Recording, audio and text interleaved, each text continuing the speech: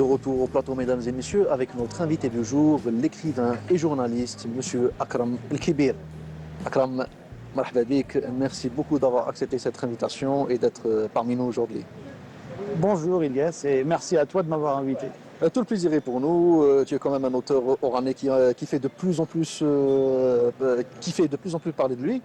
Donc on tenait vraiment à te recevoir aujourd'hui dans cette émission pour aborder un peu votre parcours, votre style très décalé qui joue avec l'absurde, etc. Ouais. Donc on va s'attarder un peu dessus. Donc déjà pour te présenter Akram, donc tu es écrivain et journaliste. La première question que je me pose, étant donné que le métier de journaliste est un métier qui consiste à rapporter des faits, et le métier de romancier qui suit à créer des faits de toutes pièces, comment tu arrives à jongler entre les deux disciplines? Bah écoutez, écoute, Oui, tutoie. voilà. Euh, L'écriture journalistique est régie par des lois, par des codes. Il faut rapporter les faits, rendre compte de ce qui se passe. Et puis l'écriture romanesque, c'est quand même, par rapport à l'écriture journalistique, c'est quand même une échappatoire. Il n'y a pas de code, il y a quand même cette liberté qui est, en tout cas si je devais choisir entre les deux, l'écriture qui me plaît le plus, évidemment, c'est l'écriture romanesque. Oui. L'écriture journalistique. Et c'est peut-être pas un hasard si dans l'écriture journalistique, ce qui me plaît le plus, ce qui m'attire le plus, c'est le reportage, parce que sans que ce ne soit non plus de la littérature, mais il y a quand même cette possibilité de s'étaler dans des descriptions, de faire parler des gens. Quelque part, il y a de la littérature là-dedans. Oui, il y a de la narration aussi. Il y a de la narration aussi. Oui. J'aimerais bien comprendre, et c'est une question généralement que je pose à la plupart de nos invités, c'est comment est née cette passion de l'écriture et de la littérature en général. Est-ce que vous étiez déjà un grand lecteur avant d'être écrivain, ou est-ce que au contraire c'est l'écriture qui vous a... Alors je vais vous faire une confidence, c'est assez particulier chez moi en ce sens où j'ai commencé à lire presque en même temps où j'ai commencé à écrire. D'accord. J'ai commencé à lire très tardivement. Mon premier roman, je l'ai lu à l'âge de 17 ans. C'est... Attrape-cœur? Pas loin. Ah d'accord. J'irai cracher sur vos tombes. Ah d'accord. De Boris Vian. Ouais. Et à cette époque, j'avais 17 ans, je m'ouvrais sur le monde, je m'intéressais à ce qui se passait autour de moi, je regardais des films. Même cette année-là, d'ailleurs, j'ai commencé à voir des films, ceux de Woody Allen, ceux des Marx Brothers, ceux de Mel Brooks. Je m'intéressais aux humoristes. Donc tout a commencé en même temps pour moi. Et c'est sans doute mon envie de vouloir faire comme ces auteurs-là. J'avais lu notamment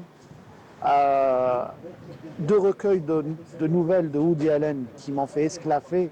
Oui. Dieu, Shakespeare et moi, et pour en finir une bonne fois pour toutes. Oui. Merci. Avec la culture. Alors j'ai essayé de m'essayer.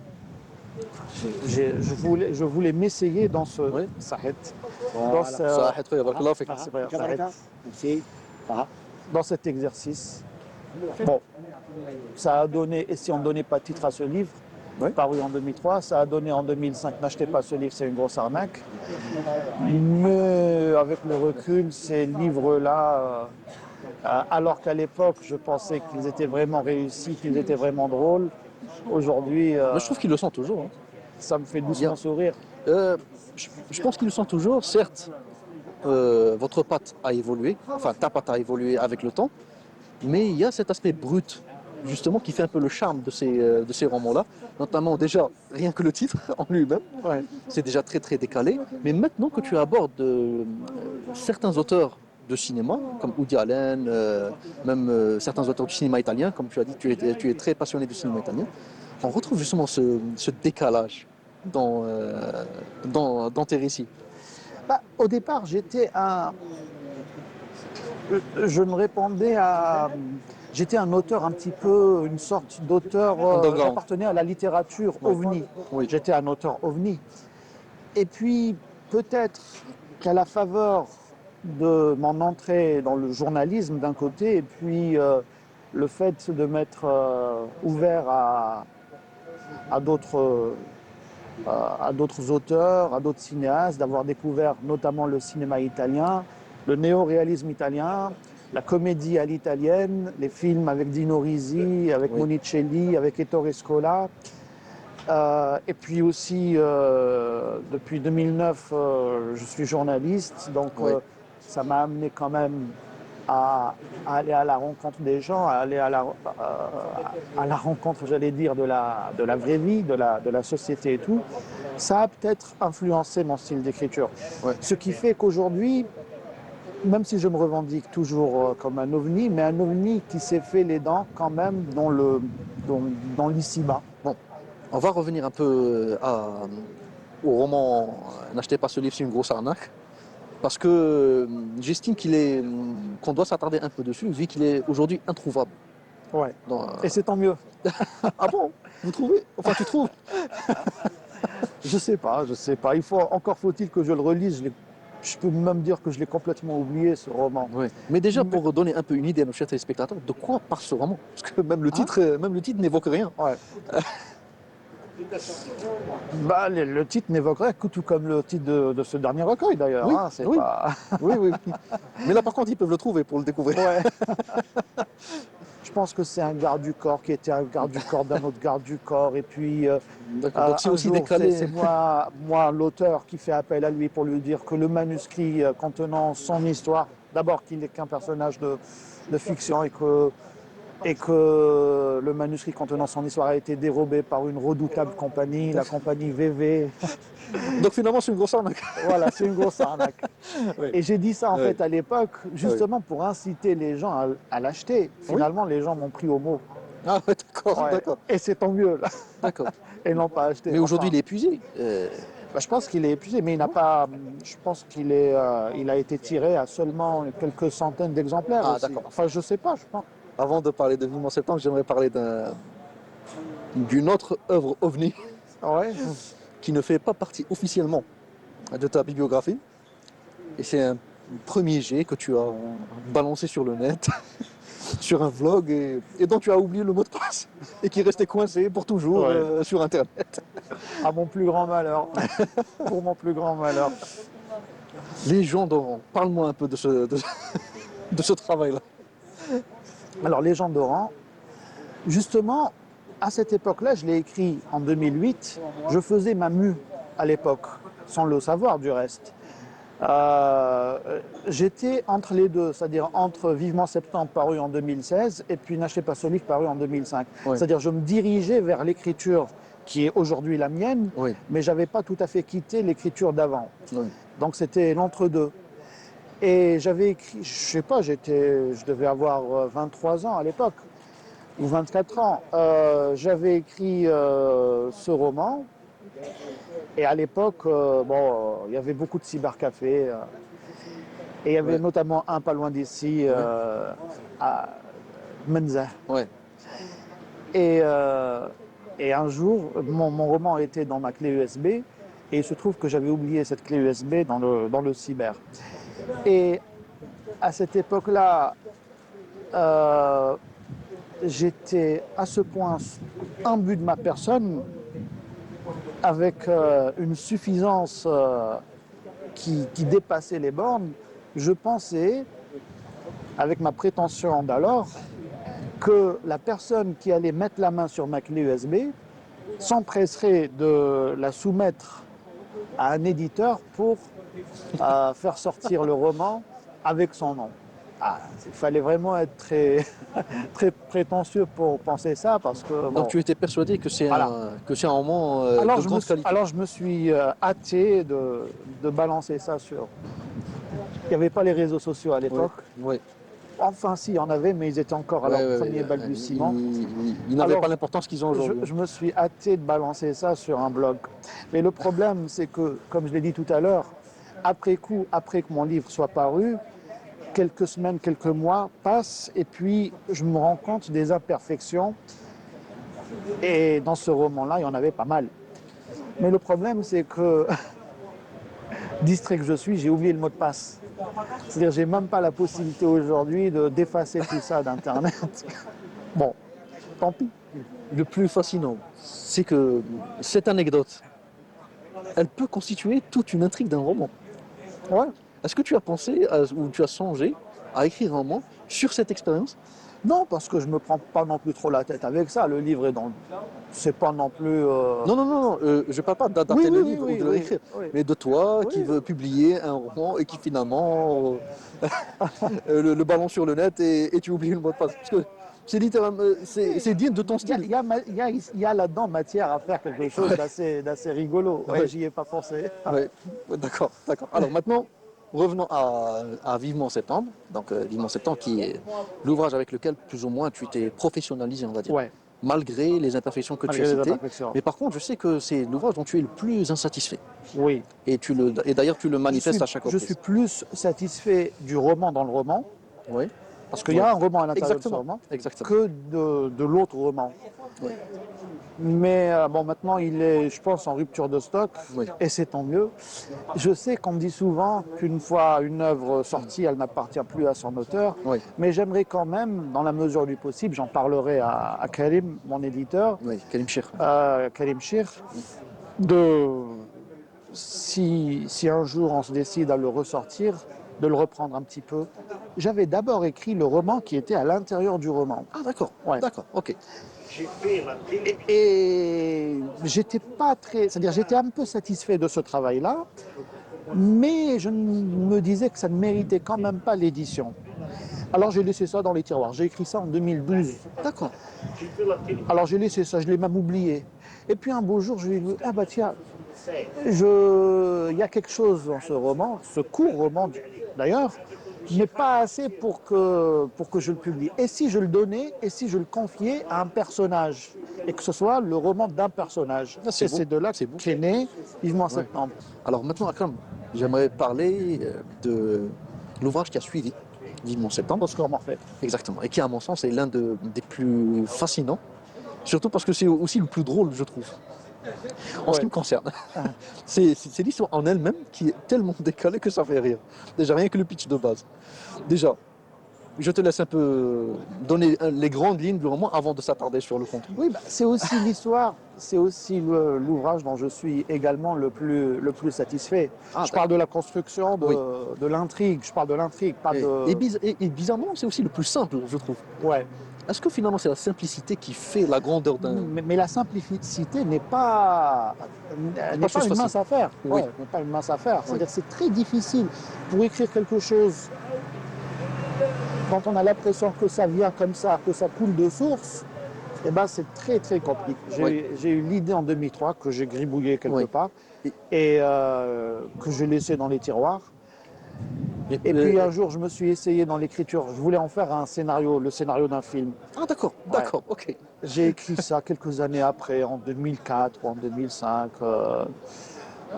Du reste, un scénario qui était complètement raté, hein, que je n'ai jamais soumis au moindre réalisateur ni au moindre producteur. Je l'ai même oublié dans mes tiroirs. Et puis, bien des années après, après la publication de Vivement Septembre, un jour, j'ai Karim Shir au téléphone et il me dit bah, maintenant que Vivement Septembre a été publié, Qu'est-ce que je tu suis nous prépares? curieux d'avoir de lire ton prochain opus. Et puis m'est venue l'idée de ressortir des tiroirs cette vieille intrigue. Comme je l'ai dit tout à l'heure, mon dada dans l'écriture, c'est la trouvaille. C'est-à-dire ce que j'aime, c'est justement tirer du néant, c'est faire travailler mon imagination, tirer du néant des personnages et en faire quelque chose, faire rencontrer les personnages, à partir de là créer des situations cocasses, rigolotes, c'est ça. Et dans Au Secours Morphée, c'est un petit peu ça, voilà, c'est l'histoire d'un couple qui se marie, fraîchement marié, sauf que l'homme et la femme sont un petit peu aux antipodes l'un de l'autre.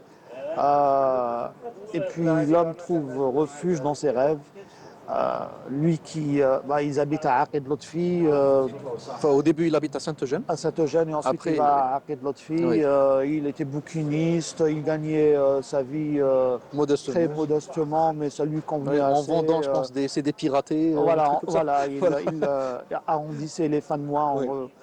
D'ailleurs, c'est drôle parce que dans ce Au secours Morphée, je donne les prix, la tarification. Et maintenant, si on les compare Oui. Avec la période actuelle. avec aujourd'hui, on se rend compte de l'inflation. Mais le plus fascinant, c'est que j'ai retrouvé beaucoup de vous dans ce personnage de Ali. Bah oui, forcément. Mais je puise de ce qui m'entoure et je ne m'en prive pas, ni de moi-même d'ailleurs. Oui. Je puise aussi de ma propre vie, de mes propres points de vue, de ma propre vision. Ouais. J'emprunte ça parfois, pas tout le temps, mais parfois à mes personnages. Ouais. Et c'est aussi un personnage, enfin c'est plutôt aussi un roman très drôle, parce que c'est vrai que Très. très drôle, le pitch de base, c'est vrai qu'il peut paraître sérieux, voire même dramatique, quelqu'un qui va se réfugier dans le rêve, mais quand on voit les séquences où il s'empresse de rentrer chez lui pour dormir, Ouais. pour retrouver sa bien-aimée, je trouve, je trouve ça très décalé et étonnamment drôle. C'est surtout à cause de ça ou grâce à ça que je me suis décidé à écrire cette histoire. C'est parce que toutes ces situations cocasses qui peuvent en découler. Ouais. Tu sais, Akram, lorsque j'ai fini la lecture de ce roman, bizarrement, il y a pas deux livres, mais deux films qui me sont venus en tête. C'est les premiers qui me sont venus en tête quand je l'ai fini, et qui, étrangement, ressemblent beaucoup à l'intrigue du livre.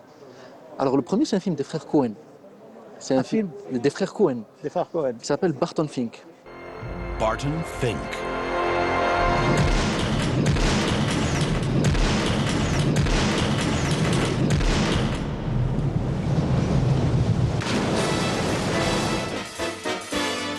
Welcome to Los Angeles, Mr. Fink. Excuse me? Alors, ça parle d'un scénariste qui lui aussi vit très modestement et qui, du jour au lendemain, va être recruté par Hollywood avec un gros cachet. Et donc, c'est tout un style de vie qui change. Et là, bizarrement, il perd toute inspiration. C'est comme le personnage du roman qui perd goût à la vie. Et lui aussi, il va perdre l'inspiration, alors qu'avant, il était très prolifique. Et il va se réfugier dans un fantasme lui aussi, dans lequel il va retrouver une femme au bord d'une plage, tout comme le personnage de Ali dans Au secours Morphée. Et le deuxième par contre, il est beaucoup plus frappant, parce que là c'est la même chose. Et c'est un film avec Christopher Reeve. Je ne sais pas si vous connaissez Christopher Reeve, c'est l'acteur qui a joué le Superman dans le film de 78. Oui. Celui qui est devenu après paralysé à la suite d'une chute de cheval, etc. Et là, c'est un film qui s'appelle Quelque part dans le temps. Et c'est un personnage qui va tomber amoureux d'un portrait. Il est 6 heures de l'après-midi le 27 juin 1912 et ton esprit l'accepte complètement. Il est 6 heures de l'après-midi le 27 juin 1912. Un portrait qui date de 80 ans ou plus. Donc c'est une femme qui est décédée et qui va se plonger dans le rêve pour essayer de la retrouver et vivre avec elle. Ouais. Oui. Pas vu non plus. Mais en tout cas, En tout cas, ça donne envie de les découvrir. oui. Mais Ouais.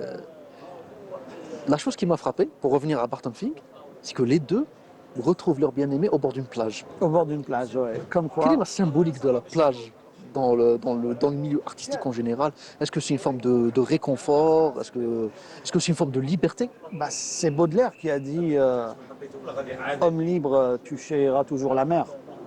Et puis pour un autre roman, qui est un roman fleuve, il y a 600 pages, qui n'est pas encore sorti et qui sortira vraisemblablement en deux tomes. Qui a d'ailleurs été entamé, il y a de cela des années. Oui, je l'ai écrit. En 2018, je pense. Non, oui, c'est vrai. En Tu 2000. as écrit 5 chapitres normalement, Ah bah, t'es bien renseigné. et après tu l'as enfermé dans un tiroir. Ouais.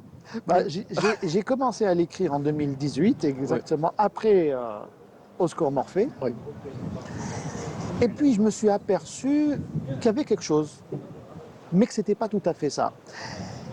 Et qu'il valait mieux ne pas aller trop vite en besogne, parce que l'histoire que j'avais entre les mains méritait quand même d'être écrite bien écrite, quoi. Alors je l'ai laissé de côté. Bon, ensuite, s'il s'est passé ce qui s'est passé, ensuite j'ai écrit Les fleuves impassibles en juillet 2019. Et puis il y a eu la période du Covid. Ouais. Et j'ai continué à gribouiller, à prendre des notes.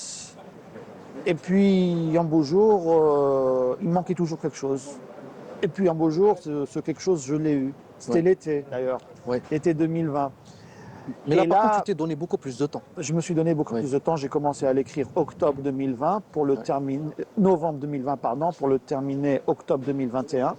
Mais depuis octobre 2021 jusqu'à aujourd'hui d'ailleurs, je n'ai eu de cesse à le peaufiner, à le travailler. Donc s'il y a une œuvre, œuvre c'est peut-être un grand mot, mais s'il y a un roman de ma patte qui ne doit souffrir d'aucune insatisfaction, c'est-à-dire c'est bien celle-là, qui Ouais. n'est d'ailleurs pas encore Ouais. sortie. J'imagine aussi la galère avec les éditeurs pour publier un ouvrage de ce Bah, format-là. justement, mon éditeur m'a suggéré l'idée, De le séparer en deux. voilà, Ouais. de le publier en 2 tomes. Bon, je ne sais pas si le premier tome paraîtra pour être suivi ensuite du deuxième tome, Ouais. ou si les 2 tomes paraîtront en même temps. Bon, ça on verra après. Ouais. Maintenant, pour parler avant d'aborder Les fleuves impassibles, qui est venu après, parce que c'est vrai, même si l'ouvrage n'est pas sorti, mais il a été entamé avant Les fleuves impassibles, j'aimerais parler de l'importance, d'abord, de la ville d'Oran dans tes œuvres. Parce que dans Les fleuves impassibles, ça devient littéralement un personnage. Ouais. C'est beaucoup plus présent que dans les autres. Et ça le On sera rappelle que encore Oran- plus dans Oui. le suivant. Ah, d'accord. Ouais. D'accord, très bien. Donc déjà, quelle place joue la ville d'Oran dans tes œuvres en général?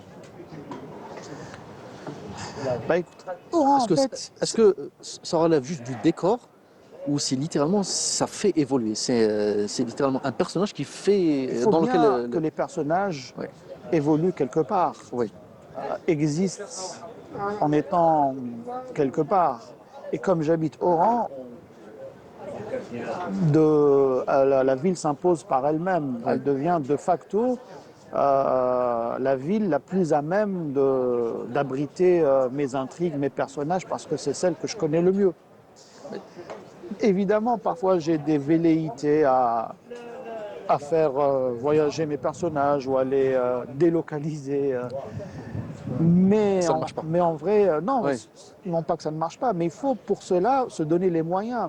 oui, Il faut aller dans les villes où je veux que mon histoire se déroule, oui. non pas pour de simples travaux de repérage, mais pour m'imprégner de ces villes. Et le plus important aussi dans tes œuvres en général, c'est qu'il y a toute une cartographie, c'est que ça se passe jamais au même endroit. Ouais. On a Saint-Eugène avec Oscar Morphée, on a Sid Louari avec les fleuves impassibles, etc. Donc c'est toute une cartographie avec le déroulement de chaque roman. C'est vrai, c'est vrai. Oui. C'est Bon. vrai, parfois, bon, je fais ça, c'est au hasard c'est selon mon humeur Enfin, mon humeur, non, mais c'est selon la période quand j'écris un roman, de me dire Mais est-ce que j'ai déjà utilisé cet endroit quelque part? où est-ce que je vais faire, Ouais. dans quelle adresse Ouais. je vais faire atterrir mes personnages, et puis à chaque fois, voilà, je choisis. Déjà, c'est très bien décrit dans Les fleuves impassibles, quand on voit le personnage de Zeki errer dans les rues de Sid Louari jusqu'à cette vue sur la mer, etc. Ouais. C'est très beau. Donc il y a quand même une lettre d'amour. Parce qu'à cette époque, j'allais souvent à Sidi Louari. D'accord. J'allais souvent à Sidi Louari, j'empruntais la rue Philippe, les escaliers, les 131 Ouais. marches de la rue de Gênes. Ouais. Et puis ensuite, la place Kléber, place de la République. Je descendais avec la rue Haute-Orléans, j'arrivais au quartier de la Marine, je remontais, etc. Ouais, ouais. Donc j'y allais souvent Ouais, ça t'imprégnait un peu. pour m'imprégner justement. Ouais.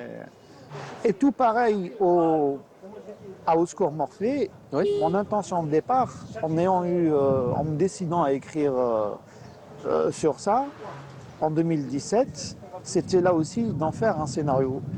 Oui. Mais au là- contraire d'Oscar Morphée, Oui. j'ai jamais écrit la moindre ligne de ce scénario, j'ai juste laissé ça comme ça, j'ai gribouillé ça dans un bloc-notes Oui. pour me décider en 2019 Oui. à l'écrire sous forme romanesque. Oui. En fait, pour Les fleuves impassibles, quand je l'ai lu justement, ça m'a plus donné l'idée d'une pièce de théâtre. Ça a plus Oui, l'air d'une oui, pièce de théâtre. Exactement. Parce qu'on a l'unicité du décor déjà. Exactement. Donc c'est pratiquement un huis clos à un certain moment du livre. Donc je me suis dit, il y a de la matière pour en faire une pièce de théâtre sur le thème de l'immigration clandestine, avec plusieurs personnages, plusieurs catégories de société qui vont échanger, etc. Donc est-ce que tu as songé à l'adapter Non, non, mais c'est pas, je ne serais pas contre.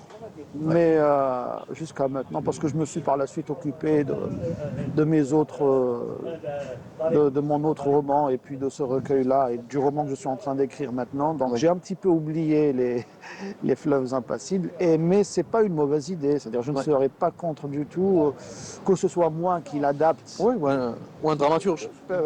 ou alors un dramaturge. Franchement, Ouais. ce serait pas une mauvaise chose. Ouais. Alors maintenant, Akram, pour venir à ton tout dernier ouvrage en date, Oui. beaucoup plus léger cette fois. Donc c'est comme une pause avant le roman Fleuve Voilà, qui arrive. une sorte d'apéritif. Exactement, exactement. Et c'est le livre Glaçant tiède qui est toujours publié chez Apic Oui. et que tu as présenté tout récemment à la dernière édition du salon du livre d'Alger, donc le SILA. Ouais. Alors déjà, la première chose qui frappe, c'est le titre paradoxal, glaçant tiède. Ouais. Donc, Alors, l'étymologie du titre. ouais, Moi qui suis un grand fan du cinéma italien, ouais, il y a cette manie chez les Italiens, chez les grands noms du cinéma italien, de faire ce qu'ils appellent des films à sketch, des films collectifs. oui, Ils se mettent à plusieurs pour réaliser un film chacun à un ou deux sketchs, Oui. et puis ils en font des films à sketch. Il y a eu Les Monstres, un film avec Ugo Tognazzi et Vittorio Gassman, réalisé par Dino Risi. Alors au départ, moi qui suis un auteur qui écrit des romans, cette fois-ci, où je me suis décidé à écrire un recueil, Ouais. un petit peu à l'image des films collectifs italiens, ouais. j'ai voulu un petit peu lancer un petit clin d'œil à ce cinéma-là, notamment au Nouveau Monstre, au Monstre et au Nouveau Monstre, et je devais titrer au départ Monstre des aides et Glaçons tièdes. Glaçons tièdes pour la rime, et puis parce qu'un jour j'ai gribouillé quelque part un inventeur des glaçons tièdes. Bon, ça n'a jamais rien donné. Ouais. Et puis bon, je me suis dit Monstre des aides en référence au cinéma italien, mais quand même à la sauce algérienne. Oui. Et puis Glaçons tièdes, c'est un petit peu le ton c'est le ton décalé de l'ouvrage. Oui. Mais ça ne faisait pas trop joli qu'il y ait une abréviation dans le titre, DZ. C'est vrai. Alors j'ai enlevé Monstre DZ pour ne le garder que Glaçons Ouais, tièdes. c'est beaucoup plus percutant, je trouve, glaçant tiède. Ouais, même Ouais. si ça ne veut rien dire du tout. Ça veut rien dire, mais même les nouvelles en elles-mêmes ne veulent rien dire. Parce que déjà, pour donner un peu une idée à nos téléspectateurs, on a par exemple une nouvelle d'un homme qui va perdre la vie, et qui va découvrir une version kibirienne, on va dire, de l'au-delà, etc. Donc, Oui, avec les fiches de vœux, avec les anges gardiens, Oui. les gardiens, les anges Oui. gardiens, les anges, Oui. oui, et puis son amourette qu'il retrouve, oui, qui est elle aussi décédée le même jour que lui. oui, Il n'a pas osé de son vivant aller lui déclarer sa flamme. Il se dit maintenant que je suis mort, aucun impératif ne m'empêche oui, de faire de cette femme la femme de ma vie, enfin Absolument. de ma mort. oui, oui. Et C'est puis vrai bon, que- on va pas. Oui, oui, on ne va pas gâcher la surprise parce que c'est vraiment digne d'intérêt. Il faut le découvrir. Il faut déjà adhérer au style. Ouais. Mais là, par contre, j'aimerais parler un peu de l'exercice de l'écriture de la nouvelle. Sachant que dans le roman, on a le temps d'étoffer, on a le temps de prendre son temps pour développer. La nouvelle, elle est beaucoup plus percutante, ça va direct. Donc, toi qui n'es pas habitué à l'écriture des nouvelles, est-ce que ça a été un exercice périlleux pour toi? Je ne sais pas. Ça a été finalement parce qu'en fait, moi, j'écris sans me. C'est-à-dire, quand j'écris, j'ai cette manie de. D'abord, il y a l'intrigue. Il faut que je sois convaincu. Oui. La trouvaille. Il faut que j'adhère à cette trouvaille pour que je me décide à m'investir Ouais. dans l'écriture de l'histoire qui peut en découler. Mais quand je m'y mets, c'est-à-dire, j'ai seulement les jalons. Mais je ne structure pas l'histoire du début jusqu'à la fin avant de me décider à l'écrire. Parce que j'ai cette envie d'être quand même à la fois auteur et lecteur, c'est-à-dire le déroulement, le développement de l'intrigue s'amène en écrivant. Oui. Et puis ensuite, ça passe ou ça casse. Et il y a eu pas mal de nouvelles qui ont été finalement... Ah, d'accord. il y a eu C'était la pas peau. mal de déchets Ouais, d'accord. pour ne garder finalement que ces 10 nouvelles. Il y en a eu d'autres qui ont été... qui ont été acceptées par moi-même, Oui. par le comité de lecture qui est à l'intérieur de moi-même, mais que j'ai décidé de garder pour un éventuel Deuxième prochain tome, recueil. D'accord. Alors, Akram, pour finir, parce qu'on arrive déjà au terme de l'émission, toi qui utilises beaucoup l'humour, la satire sociale, etc., quel rôle peut jouer aujourd'hui l'humour comme outil de revendication sociale, même de dénonciation des fois? Est-ce que des fois, des thématiques sérieuses passent mieux avec l'humour? Bien sûr, bien sûr. Bah, l'humour est en fait partout dans la société. Il y a toujours cette autodérision, il y a toujours cette ironie. Oui. Et c'est des proches, comme on l'a dit tout à l'heure, qui disaient que l'humour, c'est la politesse du désespoir, c'est désacraliser la bêtise, Oui. exorciser les chagrins véritables. Donc les gens, généralement, c'est d'ailleurs pas pour rien que l'épigraphe de ce recueil soit un vers de Moussaki quand il dit l'humour n'a pas de rang, il traîne dans la rue avec la dérision comme campagne fidèle. La force est impuissante devant les mains nues de ceux qui savent rire encore et de plus belle. C'est-à-dire l'humour, c'est une manière quelque part de se venger C'est du beau. monde. Ouais. On se venge du monde par l'humour. Ouais. Alors quand on a les moyens, on fait ça par la littérature, par le cinéma. Et puis, sinon, on peut faire ça seulement en prenant le parti d'en rire ou en riant sous cape, ce qui est le cas de beaucoup de monde. Akram El-Kébir, merci beaucoup. Merci beaucoup. Merci. Merci C'était à toi. très passionnant de pouvoir échanger avec toi sur ton style, la littérature en général et même le cinéma. Ah J'attends ton prochain ouvrage avec le plus grand intérêt et j'espère qu'il sortira incessamment. Je l'espère aussi. Oui. Et j'espère qu'on aura l'occasion de te revoir pour d'autres occasions, Ça pour en sera avec parler grand peut-être plaisir. autour d'un café. Avec grand plaisir. Merci à toi et merci aussi à vous, chers téléspectateurs, de nous avoir suivis jusqu'au bout. C'est déjà la fin de cette émission.